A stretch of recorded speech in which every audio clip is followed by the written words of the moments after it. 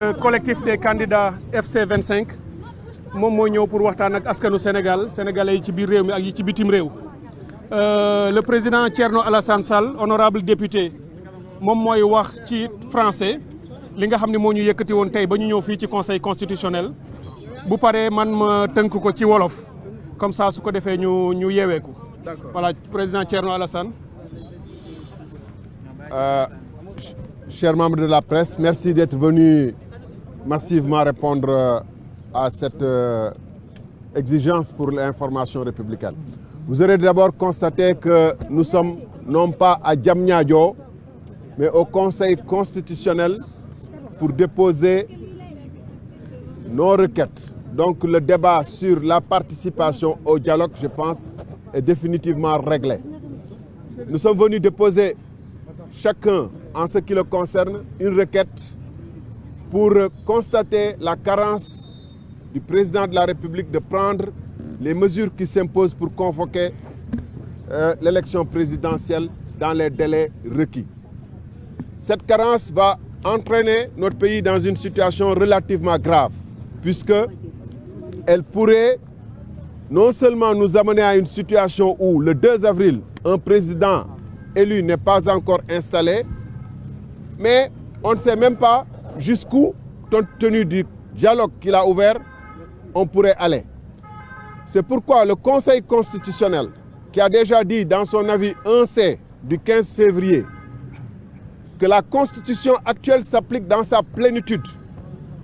doit constater cette carence-là et le risque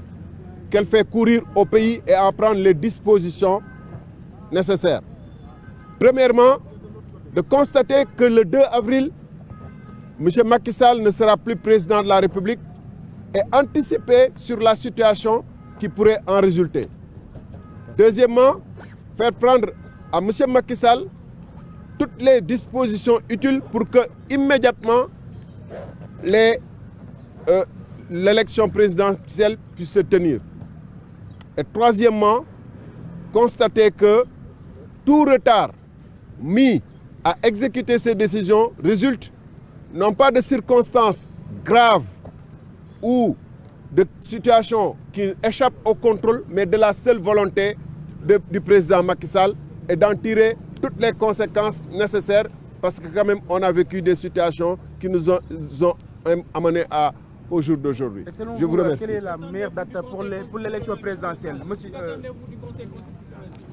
On l'a dit, le Conseil avait poliment invité le président de la République à fixer la date dans les meilleurs délais. De ce qu'on dit, le juge n'invite pas. Ils ont voulu être polis, ils doivent ordonner. Et pour n'avoir pas été suffisamment clair avec quelqu'un qui aime le sombre, ils lui ont peut-être laissé une porte. Cette fois, il faut que le Conseil soit très très clair et précis. M. Macky Sall doit fixer la date. Sinon, le Conseil doit lui-même fixer la date. Le Conseil a la compétence et la capacité de fixer la date devant le refus manifeste et la carence de Macky Sall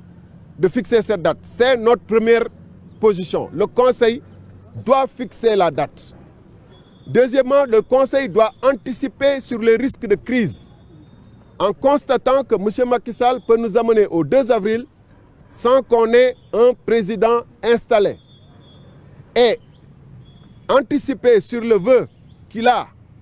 de se faire un intérim au-delà du 2 avril et anticiper pour éviter que le Sénégal soit dans une crise. Si le Conseil ne prenait pas toutes les décisions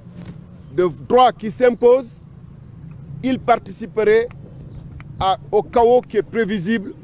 et que tout le monde voit. Et je ne pense pas qu'il est de la responsabilité du Conseil, étant le régulateur de l'élection présidentielle, d'assister sans réagir à ce qui pourrait être une crise grave pour le Sénégal. C'est sa responsabilité de prendre les décisions qui s'imposent. C'est pourquoi la requête. Un chaos est prévisible, donc qu'est-ce que vous comptez faire exactement? Je vais laisser. Dernière question. Ce qu'on est en train de faire actuellement, c'est d'abord, nous sommes un pays de droit, gouverné par la loi. Le Conseil a dit que la Constitution actuelle s'impose dans toute sa vigueur et que le président Macky Sall doit quitter le 2 avril, le Conseil doit en tirer les conséquences. C'est ce qu'on lui dit. Et nous sommes un pays de droit. Avant de recourir à quoi que ce soit d'autre, nous faisons appel aux institutions et aux juridictions qui doivent dire le droit. En l'occurrence ici, le Conseil constitutionnel. Je vous remercie. Salam alaikum mbokk yi.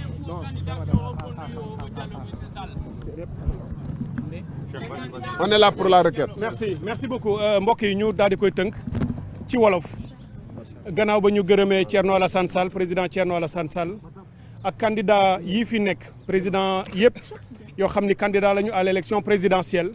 yi conseil constitutionnel firndeel ci décision ñuy wax ci turu candidat yooyu yëpp li ñu yëkkati ba ñu ñëw fii tey moo di moom Macky Sall moo ngi ñuy xaar ci palais ba depuis 11h yónnee ñu ay invitation ni dafa ñoo bëgg a recevoir nee na day recevoir 19 candidats yi ci 19 candidats yooyu fukk yi ak juróom benn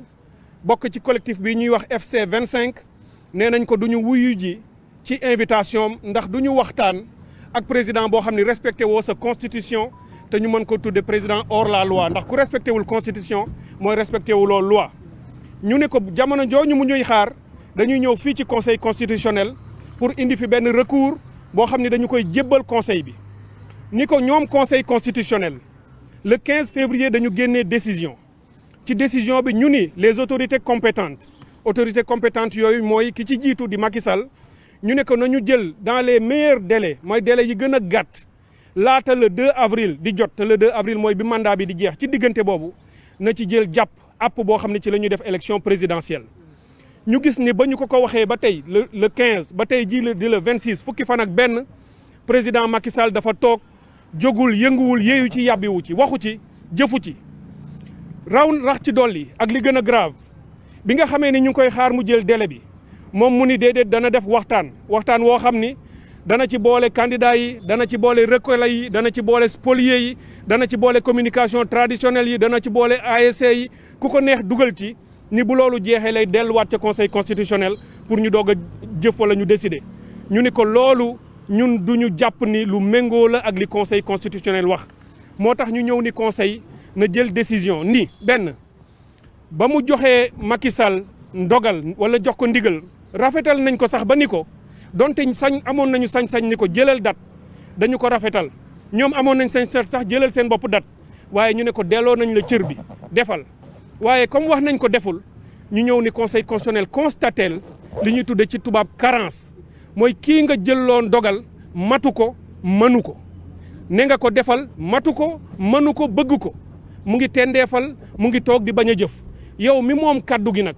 yow la ñu ñëw ñaan nga jël date nee nañu conseil constitutionnel jàppal datu élection ndax yoon may na la ko li tax yoon may na ko bokk na ci moom conseil constitutionnel moo ko waxal boppam ci décision 15 février considérant 19 conseil constitutionnel moom moo ni nangu na ni mooy bànqaas bi nekk ci réew mi boo xam ne bu réew mi jëmee ci crise ci ay jafe-jafe ci ay risques ak ay danger yoon may na ko ngir risque yooyu ñu bañ caa yegg mu jël ay ndogal jël pouvoir bi ñu ko jox ba mu mat sëkk moo tax ñu ni ko na jël pouvoir boobu pour jël date pour ñu dem ci élection présidentielle. Deuxième bi ñu ni ko ñëpp xam nañu ni président Macky Sall mandaam dina jeex le 2 avril te benn minute mënu cee yokk te mu ngi toog deful dara jëful bëgg ñu yegg ci le 2 mu gis ni crise am na président amatu fi faluñu beneen président réew mi nekk ci guuta loolu mu jëm nag la ñu ni conseil constitutionnel balaa ñu caa yegg ci suñu tur ak askan wi nga xam ne moom la ñuy waxal nee nañu conseil constitutionnel na décider mu wax ñu yoon yi ñu war a jaar mu wax ñu loo xam ne moom la ñu war a anticiper teg ko ci ay dogal pour que réew mi du yegg ci foo xam ne fii amuñu président bu bees te président bi génn dem na moom am na ndogal boobu bokk na ci li ñu ko laaj tey mu anticiper wax askanu Sénégal fii ñu jëm fan la ak bu ñu ca yeggee ban dogal lay jël ak naka la ñuy def sax ba bañ caa yegg loolu mooy li nga xam ne tey yëkkati nañ ko ànd ci ak fukki candidat ak juróom benn yoo xam ne tey dañu décider devant l'histoire et devant le peuple ñëw fii pour jëmmal loolu ci jàmm candidat yi dañu fas yéene lépp lu ñuy def ñu tënk ko ci constitution dañu jàkkaarloog président boo xam ne du respecter suñu sartu réew waaye ñun ñi dañu fas yéene lépp lu ñuy def ñu tënk ci biir constitution bi moo tax ñu ñëw laaj leen ko ñoom ñoo yor kàddu gi ñoo yor baat bi ñoo yor pouvoir bi pour que bu exécutif jëful législatif jëlul responsabilité am ñoom le judiciaire ñuy beneen bànqaas bi nga xam ni dina équilibrer réew mi et dina jox sénégalais yi seen àq. par rapport ak seen dialogue bi ngeen koy amal wala. xam nga ñun dañu wax ni duñu dialoguer ak Macky Sall waaye dañuy dialoguer ak le peuple sénégalais démb gis ngeen ni bés boobu nga xam ne moo doon bésu vote le 25 février te Macky Sall foqati ko ci askan wi nangu li nga xam ne moo doon li gën a rëy ci askan ci démocratie génn nañu ci biti demoon bëgg def vote symbolique mu génnee lu mu am ci policier pour gàntal ñu ko waaye dem nañu vote ji fépp fu ñu mën a wote won ko ay def ko ànd ci ak sénégalais yi loolu itam tey la ñuy bëgg diggante tey ak suba ñu ngi waxtaan ak ñi nga xam ne mooy aar suñu élection ak waa société civile yëpp